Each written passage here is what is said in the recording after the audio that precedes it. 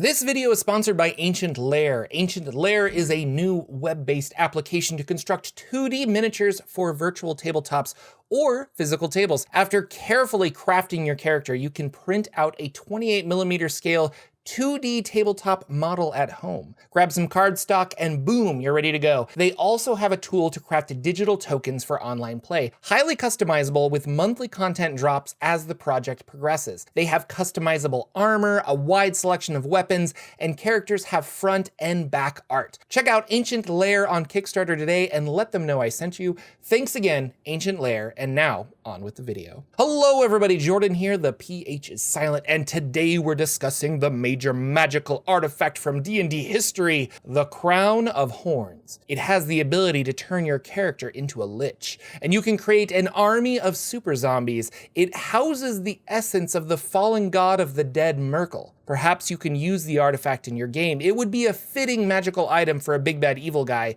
in your campaign. I'll go over the history of this artifact, its powers in D&D, and how an adventuring party could destroy it. Let's get started. The Crown of Horns originally was a helm of electrum covered with horns and a row of black gems. However, since its creation, it has gone through some alterations and now resembles a circlet with 4 bone horns mounted around the edge and 1 large black diamond in the center. This stone is black, but gazing into it, a faint energy dances within. This is a Forgotten Realms artifact and has interacted with popular characters such as Blackstaff and Laurel Silverhand. You can find plenty of information on it in the AD&D accessory, Volo's Guide to All Things Magical. This book I've been using a lot lately to research magical artifacts. There is more history though to be found in other supplements. Let's start at the beginning and follow its course through Faerun's history. The Crown of Horns was designed and created by a long-lost Netherese archwizard named Trebe. Trebe is known because he founded the enclave Shadowtop Burrow in -2237 DR. Shadowtop went by another name, Aquesser, and it was a fairly peaceful place. This puts the Crown of Horns roughly 3,500 years old. Shadowtop Burrow was one of the few Netherese floating cities that had open trade with other races. Trebe started his research and crafted the Crown of Horns, but the process proved deadly, and a terrible explosion destroyed an entire block. Trebe was killed and the crown was lost. Flash forward to -1423 DR, and the Crown of Horns was discovered by another archwizard named Require, who used the magic of the crown to kill 30 other archwizards and conquer Shadowtop Burrow. However, the crown had unforeseen properties and the artifact drove him mad. Unable to rule, he was overthrown and murdered. His killers searched for the crown but could not locate it. Time jump again to -644 DR, and the Crown of Horns was rediscovered again, this time by a wizard named Shadowlorn. Shadowlorn was a part of Shadowtop Burrow and performed experiments there. His goal was to create a more powerful or efficient Mythallar. Now, Mythallar were unique to the Netherese. They were kind of like magical batteries that allowed powerful magical items to be made cheaply. These items would only work within the field of the Mythallar, but that's all you needed when you could move your flying city wherever. The Mythallar also allowed the flying enclaves to fly. Shadowlorn didn't seem to be using the crown, but was in possession of it. Another archwizard in Shadowtop was working on a way to counter the life drain magic of the Farum, a windsock race of magical aberrations at war with the Netherese. The two wizards finished their work at the same time,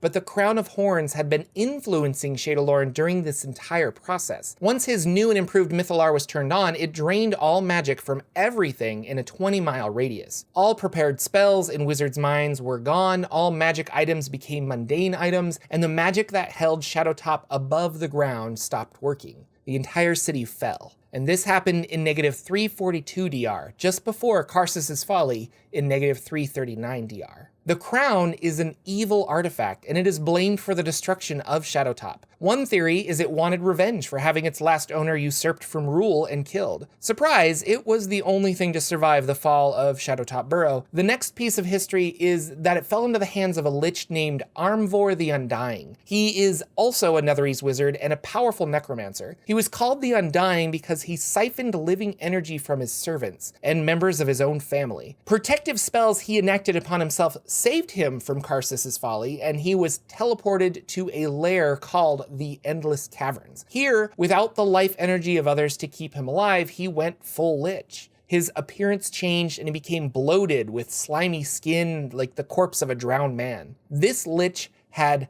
many artifacts, and one of them was the Crown of Horns. Evil and crazy, he wanted Laurel Silverhand to be his bride and placed the crown along her path, which she found and put on. The crown conflicted with Silverhand's spellfire, a gift from Mystra, the goddess of magic, and drove her to madness. Kelbin Blackstaff Aronson took Laurel in and broke the crown, locking its pieces away in Blackstaff Tower. He nurtured Laurel back to health and sanity. And oh boy, this thing has a long history. Then the time of troubles occurred, and as Myrkul, the god of the dead, was slain by midnight, he flew into Blackstaff Tower and put his very being inside the Crown of Horns fragments, thus reforging it. Myrkul, safe in the crown, teleported away. The crown has resurfaced from time to time, spreading evil throughout the realms. Its last known whereabouts is with a Yuan-ti named Nahyrus de Hothek in 1370 DR. The crown transformed him into a lich. Current timeline, 1479 DR, he is lurking in Skullport and presumably still has the Crown of Horns. If your PCs wish to seek the Crown of Horns, this would be an excellent place to start. The crown has become a very Myrkul artifact, and Myrkul can subtly control the wearer, technically considered a cursed item because of that effect. Myrkul's addition has increased the artifact's power. Once attuned, you are surrounded by an aura similar to the magical aura of a lich, giving you a frighten ability where enemies have to roll a save or flee in terror. The wearer is immune to necromantic energy, necromancy spells, and death magic. They can allow beneficial spells when desired. You can control undead as an ability that acts similar to the 6th level priest, or 6 levels higher if you are already a priest. That's 2nd edition stuff, so for 5th edition, perhaps a powerful animate dead you can use once per day. 6th level. The wearer can teleport without air once every 10 days, but you aren't able to take others with you. Ray of Undeath is the Crown of Horns' first major power. It shoots a 40-foot long, 10-foot wide ray of necrotic damage. Creatures must roll a saving throw, dying instantly on a fail, or taking 4d12 points of necrotic damage on a success. If slain by Ray of Undeath, the creature rises as a lesser Shadow Wraith, which is a more powerful undead zombie under the control of the crown wearer. Next is a fun ability called Myrkul's Hand. Your hand is surrounded with black fire, and you can make a melee spell attack against a creature. They must make a saving throw. If successful, they take 1d12 damage. If they fail, the black flames consume the victim, and after 1d4 rounds, they rise as a greater Shadow Wraith under the crown wearer's command. Be careful, as Myrkul can cast suggestion on the wearer and can potentially possess the wearer for a limited amount of time per day. The wearer's alignment changes to neutral evil the minute you place the crown on your head. If removed, your alignment changes back. The crown makes you paranoid and jealous. Those within a 100-foot radius of the crown have a strong desire to possess the artifact. This leads to many confrontations. After a period of 2 years being attuned to this crown, you will be fully transformed into a lich, with the crown as your phylactery. This process is sped up the more you use Ray of Undeath and Myrkul's Hand. Each use reduces the time by 1d4 months. Myrkul can teleport the crown away at any time if he deems the wearer unfit. There are 3 ways to destroy such a malicious and powerful artifact, but it's difficult. 1, it must be worn by Kelemvor, god of the dead. The crown of horns on his head will melt away and be destroyed forever. 2, it must be bathed in the lifeblood of Garagos the Reaver, an exarch of Tempest, where I believe it will lose its power. Technically, it says Garkos the Reaver, but I think this is a misprint. Finally, you can destroy the Crown of Horns by burying it in the crumbled bones of 100 destroyed liches.